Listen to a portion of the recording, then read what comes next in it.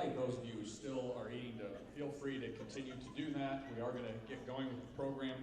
As we mentioned at the top here, we do have many of our Hall of Famers tuned in tonight. We normally would invite them to this ceremony. Obviously, conditions a little bit different for us this year. And in that regard, I do want to just a quick note to our two Hall of Famers who, for various reasons, I think we can all understand that the levels of concern about the coronavirus can range from very, very concerned to not so concerned, and we certainly want to honor everybody's feeling about that. We've told Rob Ferrell and Ed McCullough that they will be inducted this year, and that we will conduct their ceremony when they're feeling a little bit more comfortable about attending. So in quick recognition of them, I know that they're in your program, but Rob Ferrell was our first national track and field champion. He was a throws coach here eventually after his days at St. Ambrose were done. He did win that national championship in 2003. He did come back then to coach our track program in 2007. Ed McCullough was a top golfer who led his team to the NAIA National Championships a while ago. His predates Coach Griebel. This was in the 1975, 6, and 7, and then was later a head golf professional at 3 different facilities. So we certainly keep Rob and Ed in our thoughts tonight. They did go up on the wall in the WRC, and again, they will be noted as inductees in this year's class, and we will certainly honor them when the time is right for those two. But now it's time to get to the 2 inductees that we have with us this evening, and we're thrilled to have with us. First person I'd like to invite to the lectern is Sarah Anderson, who will be saying a few words of introduction about our first inductee, Casey Thompson.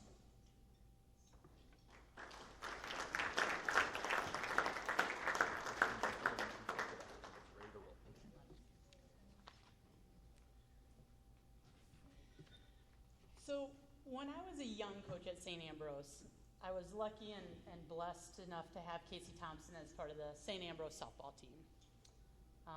As a young coach, I had a lot to learn about recruiting at the time, but thankfully, St. Ambrose is an outstanding institution. It attracts high-quality athletes, and as Coach Ray would probably tell you, top-shelf individuals. I was also lucky enough that Dr. Orfitelli knew where Houghton, Iowa was. So he recruited Casey to play soccer here at SAU. Casey's success on the pitch wasn't enough for her, though. She came to me about halfway through the year expressing an interest in playing softball.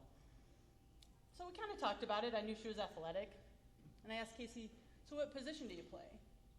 Casey said, I play shortstop, similar to Sister Joan. I said, well, we got an all-conference shortstop already. And she said, we'll see about that. So we ended up with an all-conference shortstop, moved to all-conference first baseman, and another all-conference shortstop in Casey Thompson. Casey had the confidence of a lion, the grace of a swan, and the speed of a cheetah if she chose to use it. Her dad just told me she's the slowest fast person I ever met, which is true. Casey was blessed with a lot of God-given talent. However, she didn't and couldn't just rely on that God-given talent. Casey put in the work, the effort, the time, the commitment. She did everything that it needed to be done to excel to the level where she could be and should be, and thankfully is inducted into the St. Ambrose Hall of Fame. I know I said initially that I was blessed to have Casey as part of the St. Ambrose softball team, and Orf would have said the same about soccer, but I can tell you right now that I'm just truly blessed to have her as a friend. So, congratulations, Casey.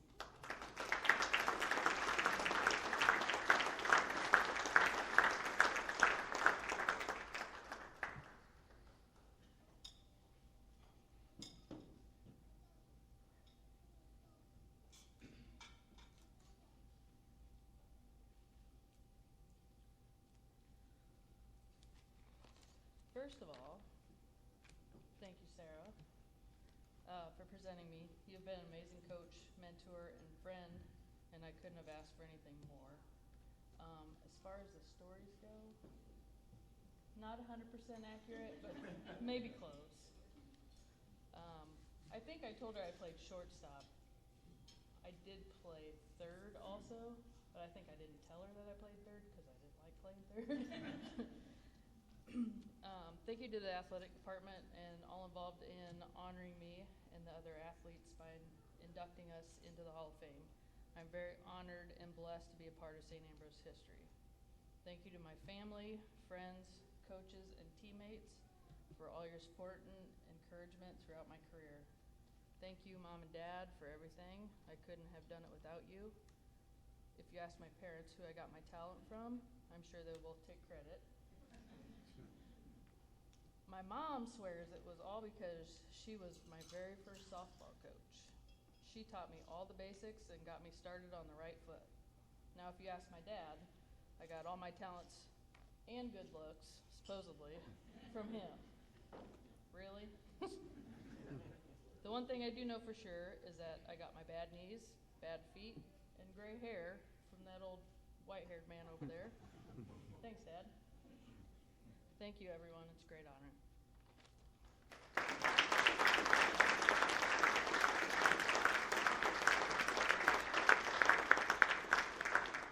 Thank you, Casey.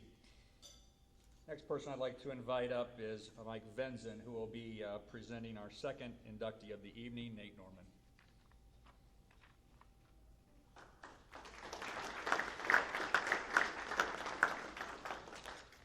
Good evening, everybody. First of all, I'd like to say thank you to Sister Joan and formerly Ed Rogalski, to Ray, to Mike, to coaches such as Mike Magistrelli, Todd Sturdy. It's absolutely impressive coming back here to this place that I so love and adore. It's been way too long, and as I was walking around campus, I realized that the growth and the development of the thousands of student athletes that have gone through here over the past, since I left with my master's in '03, I look around and these facilities allow us to continue to grow as an institution. So as saddened as I am not to have worked with Sister Joan or been a student athlete during her time, I hope that the university continues down that track and that they can find someone else to continue this legacy and to continue the growth and just the amazing work that's been done. So thank you to our coaches and athletic administrators and to our leadership. So congrats to Rob, Ed, Casey, who I recognize. It's like, oh, it's fun to see a face I haven't seen in a while. And to Nate, to the wonderful individuals that have gone ahead and won or been inducted into the Hall of Fame before that. It's nice to see a couple names on here. I see Coach Sturdy made his name on here, Chad Duffin, some other folks, Tom Ferrell, and people I played with. It's sort of fun to look back and see those names, and I'll make sure and give them a jab as to why I wasn't invited to when they got inducted. But enough about that. So, I teach, I work in higher ed. I left St. Ambrose. I got a wonderful education here. I was allowed to be on the athletic board for a year as a rep when I was doing my graduate student government and stuff.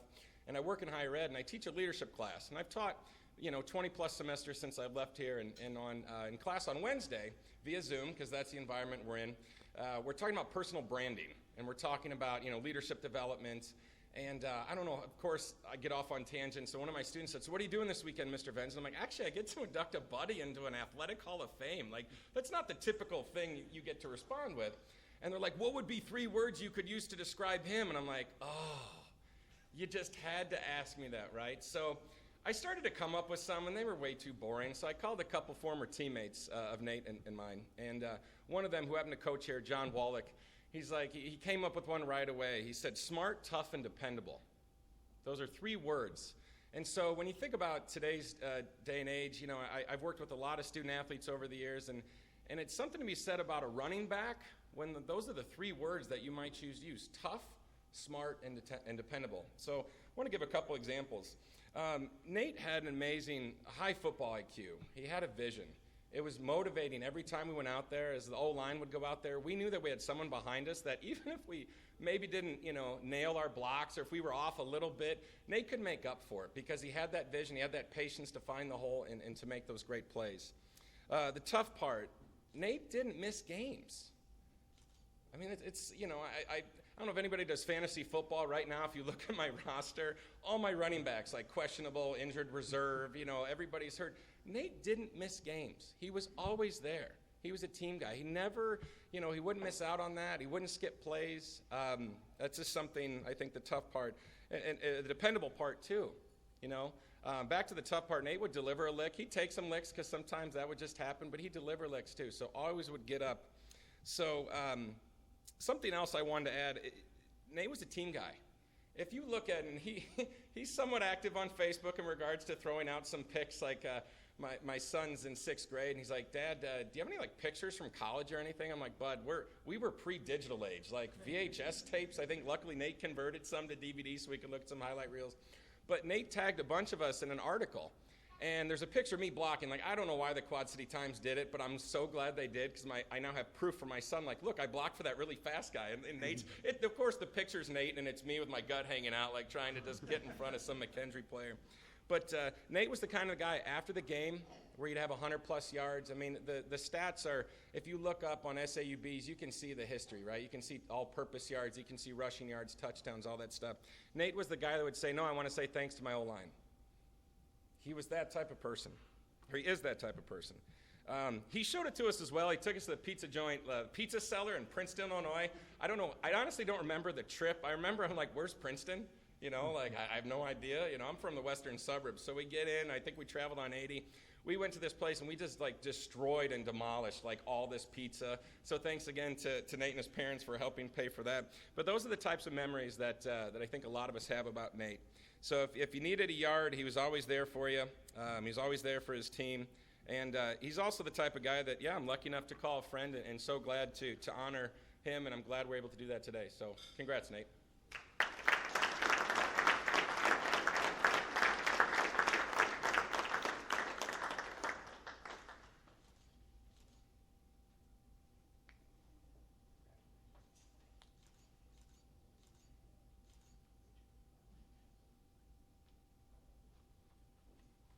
Thanks, Mike. What an honor. First, I'd like to thank my parents, Ron and Jeannie Norman, for always being our greatest fans. Dad, you taught us so much, how to be humble, a team player, someone who could always be counted on no matter what. Thank you for the sacrifices you've made so us boys could have more than we ever needed. Mom, you were instrumental in raising 3 boys and kept all of us out of trouble, for the most part. She used a very convincing tactic, and that tactic was fear. She could break up a fight or an argument with just a look, and if you grew up around us, you probably knew that look all too well. Thank you for everything, Mom and Dad. I love you. Thanks to my 2 brothers, Jason and Braden. Sports were a huge part of our lives growing up. We rarely missed a chance to watch one another compete. When we were bored, we would organize our own games. Football, basketball, baseball, badminton. It didn't matter what the sport was. We just wanted to compete.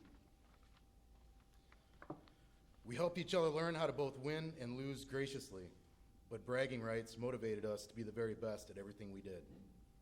I'd like to thank my wife, Nashelle. When I found out I was being inducted, she was the first to know after I got off the phone with Mike. Tears welling up my eyes like they are right now. She asked, everything okay?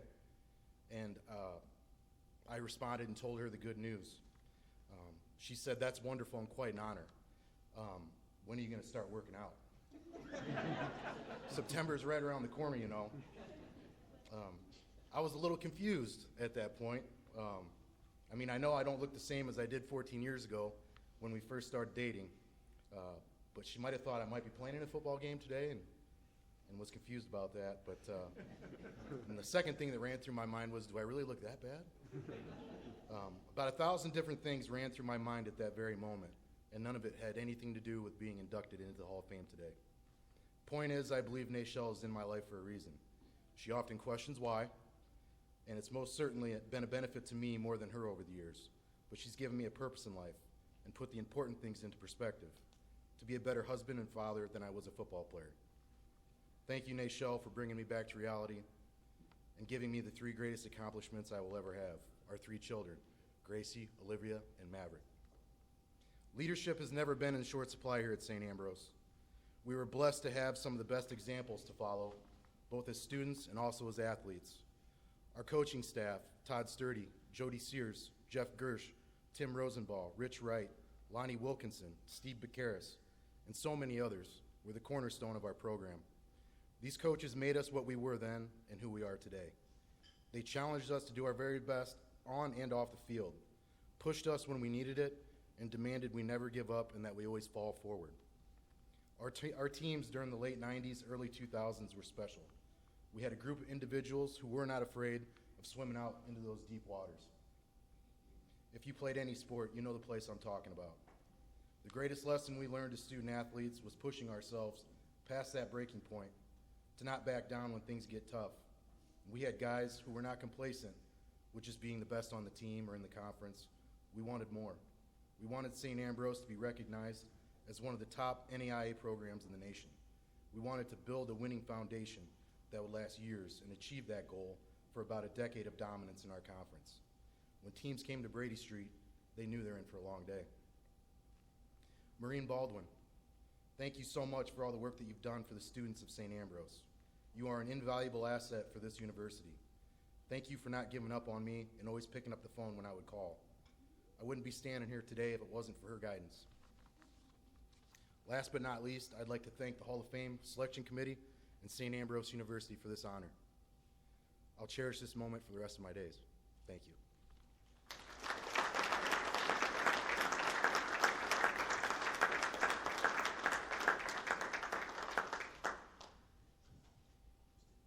With coronavirus this year, we had the decision, obviously, to, number one, hold this event, and number two, hold it with a restricted number of folks. And as you look around, our visitors, as you look around, you'll see our student athletes are sprinkled in around the audience today. And that was a deliberate choice. We obviously value our Hall of Famers. That's why we place them up on the board. We normally would have invited them. We just could not do that with the restrictions that we have on our total number of gathering. But I wanted to let you know why we have the student athletes here with their coaches. One, because I want the student athletes to be exposed to exceptional people. Listening to Casey and Nate, you can understand that there's a little certain something that drives people to a level of excellence. And you can tell by the type of people that they are and the drive that they have, what makes them exceptional. And we want you to see that and listen to it.